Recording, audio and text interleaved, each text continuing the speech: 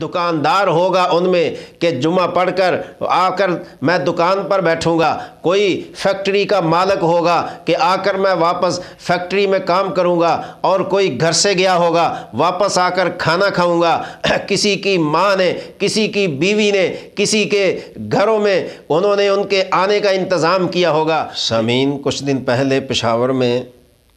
ایک مسجد میں دھماکہ ہوا، جس کے نتیجے میں کافی مسلمان شہید ہوئے اور کثیر تعداد میں زخمی ہوئے۔ یہ بات سمجھ سے باہر ہے کہ آج تک کسی حکومت کو یہ پتہ نہیں چل سکا کہ ان دھماکوں کے پیچھے کس کا اشارہ ہے۔ آیا کہ ہم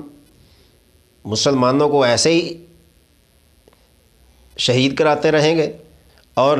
کچھ لوگ یہ سمجھ لیتے ہیں کہ یہ شیعہ سنی فساد ہے۔ میں نہیں سمجھتا کہ ایک ہی ملک میں رہنے والے وہ یہ کام کر سکتے ہیں کہ سینکڑوں انسانوں کی جان کے دشمن بن جائیں، اور پھر اس جگہ جہاں اللہ کی عبادت ہو، مقدس اللہ کا گھر ہو، اور اس مقدس فریضے کو ادا کرتے ہوئے جس کو نماز کہتے ہیں، اگر دشمن اتنا بہادر ہے تو بغیر نماز کے مقابلہ کرے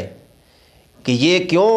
بزدلی کی سوچ لے کر آتا ہے کہ جب مسلمان حالت نماز میں ہوں گے تو تب میں حملہ کروں گا؟ یہ دشمن کی بغیرتی اور بے اہمیتی ہے۔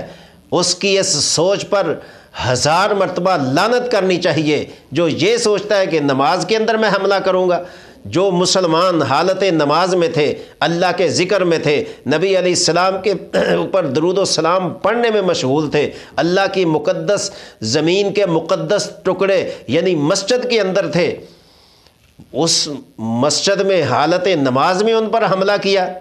یہ کتنے بڑے دشمن ہیں! دین، دشمن اسلام کے ساتھ ساتھ دشمن پاکستان کے بھی دشمن ہیں، اور اہل اسلام اور مسلمانوں کے بھی دشمن ہیں، مساجد کے بھی دشمن ہیں۔ ابھی کچھ عرصہ پہلے پشاور میں ہی ایک مدرسے میں دھماکہ ہوا تھا، اور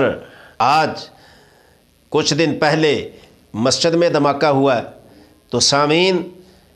حکومت کو چاہیے یہ اشارے کنائے کہاں ملتے ہیں اور کون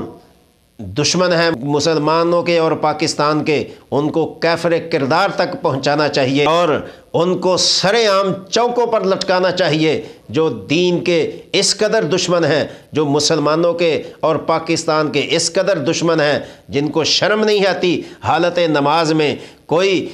دکاندار ہوگا ان میں کہ جمعہ پڑھ کر آ کر میں دکان پر بیٹھوں گا، کوئی فیکٹری کا مالک ہوگا کہ آ کر میں واپس فیکٹری میں کام کروں گا، اور کوئی گھر سے گیا ہوگا واپس آ کر کھانا کھاؤں گا۔ کسی کی ماں نے، کسی کی بیوی نے، کسی کے گھروں میں انہوں نے ان کے آنے کا انتظام کیا ہوگا، لیکن ان کو کیا پتا تھا کہ دشمن ہماری طاق میں ہے، وہ نماز میں ہمارے اوپر حملہ کرے گا، اور ہم واپس نہ گھر آئیں گے، نہ دکان پہ آئیں گے، نہ کارخانے اور فیکٹری پر آئیں گے، بلکہ ہم اللہ کے پاس پہنچ جائیں گے۔ تو یہ ازلی دشمن ہیں جو